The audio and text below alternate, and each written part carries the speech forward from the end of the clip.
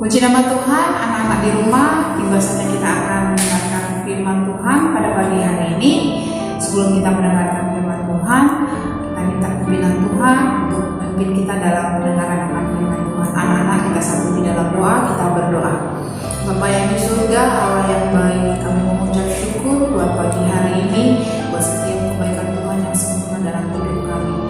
Tiba saatnya kami akan mendengarkan cerita firman-Mu, setiap pemberitaan firman yang didengarkan oleh anak-anak di rumah, mereka boleh memahami dan mengerti dan akan membuat mereka menjadi tumbuh iman mereka menjadi anak-anak yang takut akan Engkau seumur hidup mereka. Terima kasih Tuhan Yesus, kami siap mendengarkan firman Tuhan. Haleluya, amin.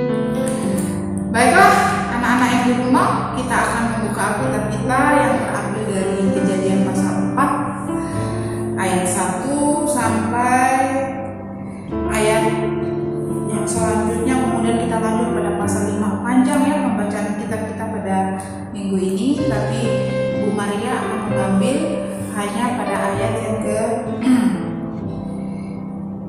kedua dan 3. Demikian firman Tuhan. Selanjutnya dilahirkannya lah Habel, adik Kain, dan Habel menjadi gembala kambing domba, Kain menjadi petani.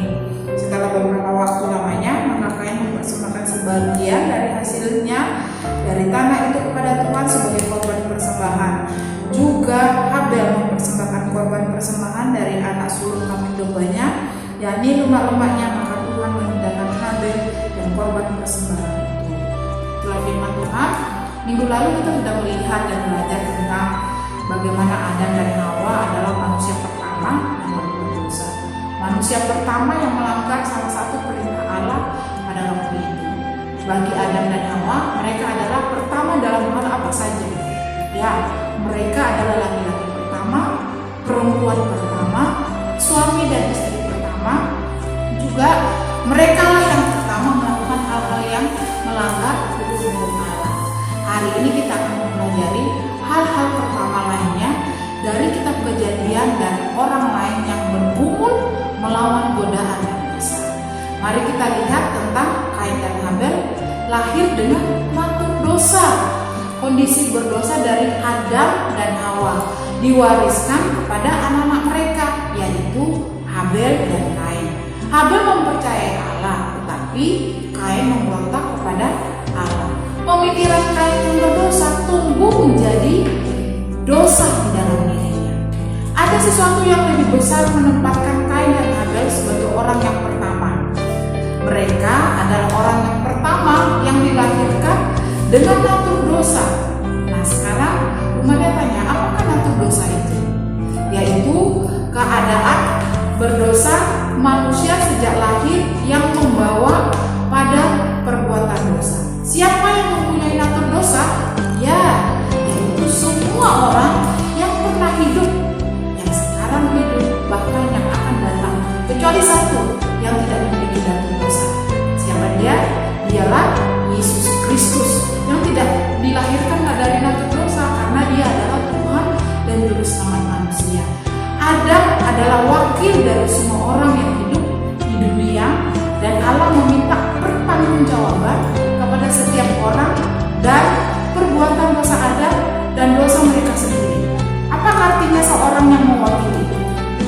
Yaitu seorang yang bertindak atas nama orang lain. Contohnya, Bu Maria mewakili anak-anak untuk bermain voli, itu namanya mewakili ya.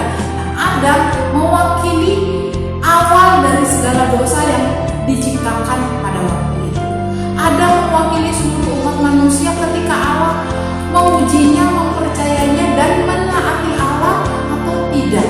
Ketika Adam gagal, contohnya yang pernah mereka lakukan, semua orang yang lahir setelah Adam juga gagal ya, gagal dalam melakukan semua itu. Contohnya Kain dan Habel. Setelah Adam keluar dari Taman Eden, dia melahirkan Kain dan Habel. Tapi Kain dan Habel juga gagal dengan hal ini. Dan semua orang yang lain setelah mereka dilahirkan dengan situasi yang sama, menjadi dengan dialami seperti oleh Adam dan Hawa. Hubungan mereka dengan Allah, dengan sesama manusia, dengan ciptaan yang Allah telah menjadi rusak, tidak menjadi baik lagi. mengasihi, mereka tidak mempercayai, dan mentaati Allah lagi. Kita menyebut ini dosa asal, dosa keturunan yang sering kita dengar ya dari beberapa pendeta bahwa ini dosa keturunan.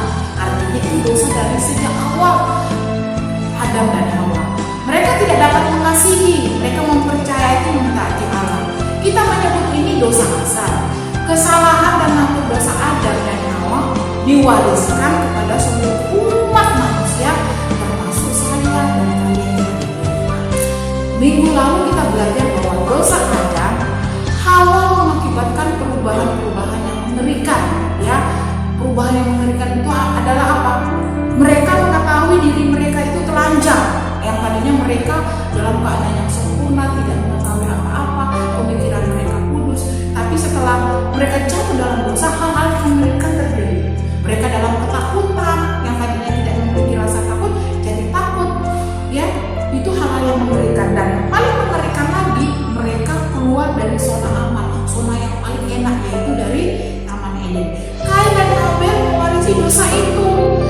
Keberdosaan Kain terwujud dari bentuk keserakahan, pembunuhan, pemberontakan, kesombongan, kedengkian, dan segala bentuk dosa lainnya.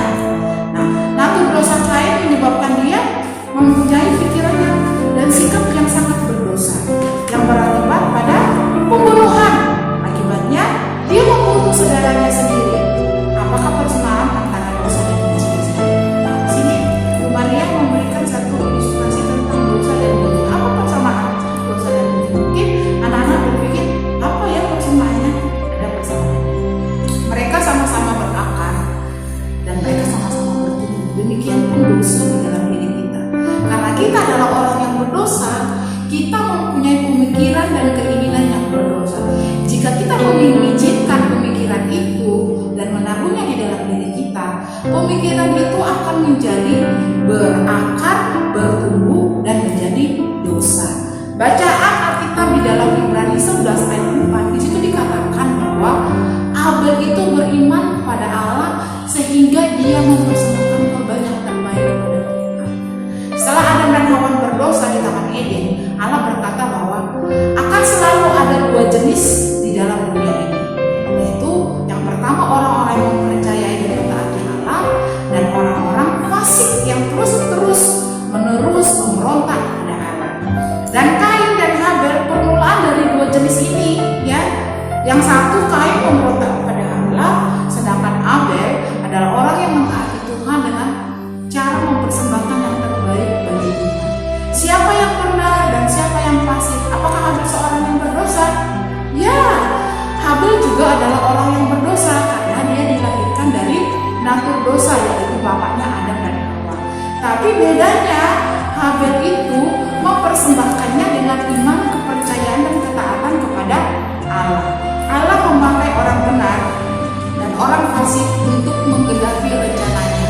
Allah memakai setiap kehidupan kita untuk semakin mengerti akan rencana Allah. Keturunan Kain mengembangkan peradaban dan Allah memberikan anugerah kepada orang benar dan orang fasik.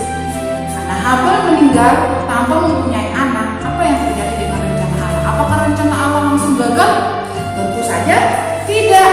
Dalam bacaan itu, dalam firman Tuhan yang sudah kita baca tadi pasal 4 sampai pasal 5, di situ diceritakan bagaimana Kain dan Habel melakukan dosa, membunuh saudaranya, tetapi Tuhan memberikan pengganti.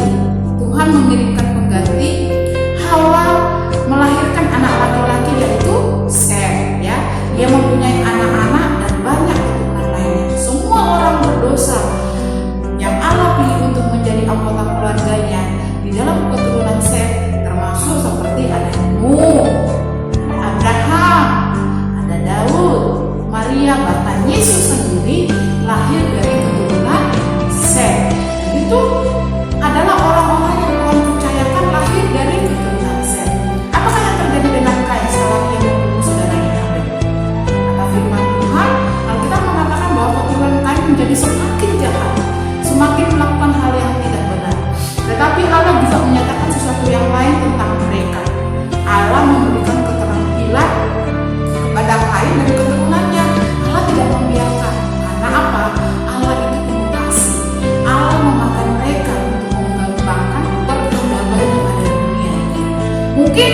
kalian terkejut bahwa Allah memberikan anugerah yang baik kepada orang-orang yang jahat. Kita kenapa ya Tuhan memberikan anugerah juga kepada orang jahat? Ingat, Tuhan selalu memberikan kesempatan kepada setiap umat manusia, walaupun manusia itu selalu berulang-ulang melakukan kejahatan. Seperti anak-anak di rumah, mungkin anak-anak di rumah sering melakukan kesalahan kepada mama-papa, mungkin anak-anak di rumah sering memberontak. Tetapi apakah mama-papa langsung serta-merta mengatakan kamu bukan anakku, atau mama-papa langsung mengatakan kamu tidak boleh tinggal di rumah ini? Tidak.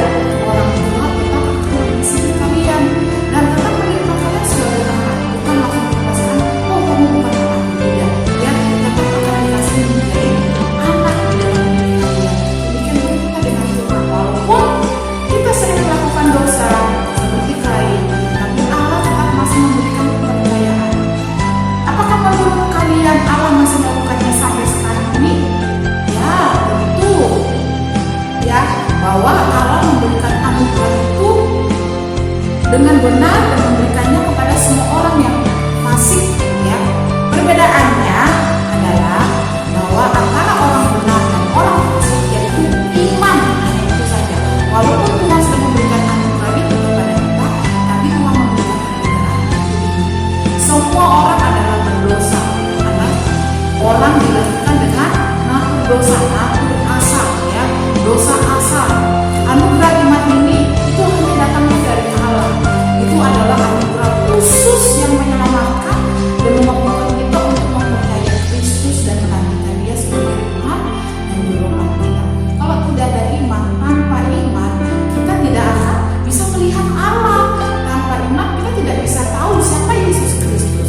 Karena kita lahir di zaman sekarang, pernah nggak anak lihat siapa wujud Yesus itu? Tentu saja tidak. Hanya melihat melalui firman Tuhan. Tapi karena anak-anak beriman, anak-anak percaya bahwa Yesus itu Juru Selamat saya, maka itulah yang kalian miliki. Ketika Allah melihat semua manusia di dunia saat ini, Ia hanya melihat dua jenis: orang berdosa yang sudah diampuni dan memenangi melalui iman pada Yesus Kristus, dan orang berdosa yang tidak mengenal Dia karena mereka tidak percaya pada Kristus, yaitu orang fasik. Apakah nama orang yang percaya kepada orang Kristen? Ada sebutannya untuk orang yang percaya kepada Kristus, yaitu Kristen. Jadi apakah dua jenis orang yang ada di dunia saat ini? Yaitu orang Kristen dan non-Kristen. Apakah orang Kristen dan non-Kristen itu adalah orang-orang berdosa? Ya, orang Kristen dan non-Kristen adalah orang berdosa. Cuma mereka memiliki perbedaan di dalam diri mereka. Apakah Allah memberikan berkat-berkat anugerah yang sama kepada orang Kristen maupun non-Kristen? Ya, mereka memberikan berkat yang sama. Salah satu contoh berkat yang kita terima adalah matahari, nafas, ya, hujan. Orang Kristen sama yang tidak Kristen pun bisa menikmati hal itu. Itu artinya bahwa Tuhan sama-sama memberikan. Apakah Allah memakai orang Kristen dan non-Kristen untuk menggenapi rencananya di dunia? Ya, tentu saja. Memakai mereka untuk menggenapi setiap rencana Allah di muka bumi. Kalau begitu, apakah perbedaan orang Kristen dan non-Kristen? Perbedaannya tadi Bu Bari sudah katakan, yaitu iman. Seperti halnya Kain dan Abel. Allah memberikan anugerah iman kepada orang Kristen sehingga kita dapat mempercayai Kristus yang sudah mengampuni dosa kita dan menyelamatkan kita dari hukum dosa. Ya, yang selayaknya kita sudah terima dosa itu, yang selayaknya kita harus mendapatkan hukuman itu, tapi Kristus mampu untuk belajar percaya kepada Dia. Kristus datang memampukan kita untuk percaya dan taat kepada Tuhan Yesus. Kristus adalah Adam kedua, ya, wakil kita yang sempurna. Kenapa dia dikatakan Adam kedua? Dia datang. Awalnya tadi Adam itu Tuhan ciptakan untuk mewakili manusia semua di muka bumi ini. Tapi setelah Adam gagal, akhirnya Tuhan mempunyai rencana yang indah buat dunia ini, yaitu mendatangkan Yesus Kristus buat dunia ini. Makanya dikatakan Kristus itu adalah Adam kedua, wakil kita yang sempurna. Ketidaktaatan Adam membuat keturunannya itu berdosa seumur hidup.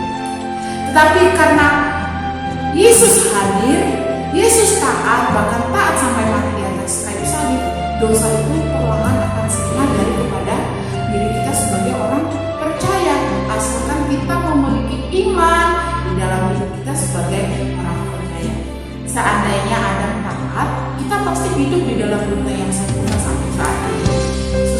Masuk di dalam dunia yang sangat sempurna, sangat menyenangkan. Tetapi semuanya telah digagalkan oleh dosa. Tetapi Allah itu penuh belas kasihan. Ia menyediakan Adam kedua untuk mentaati Allah dengan sempurna bagi kita. Adam gagal, tetapi Yesus Kristus tidak pernah gagal.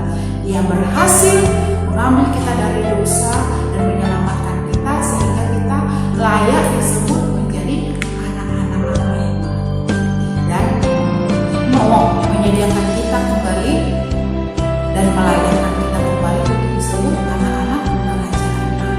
Jadi sekarang mari kita bersuka cita karena Allah menyediakan wakil kedua bagi kita, yaitu Yesus Kristus. Kita tidak usah sedih lagi, kita tidak usah takut lagi karena Yesus ada bersama kita. Amin. Oke, anak-anak yang di rumah, kita sudah belajar tentang bagaimana Allah senantiasa memberkati kita. Walaupun ada dosa keturunan melekat di dalam diri kita, tapi Yesus Kristus ada bagi kita memberikan jalan keluar dari itu selama dan selamanya. Demikian firman Tuhan. Sebelum kita akhiri, mari anak-anak semuanya kita berdoa, kita bertangan. Bapa yang di surga, yang baik, kami mengucap syukur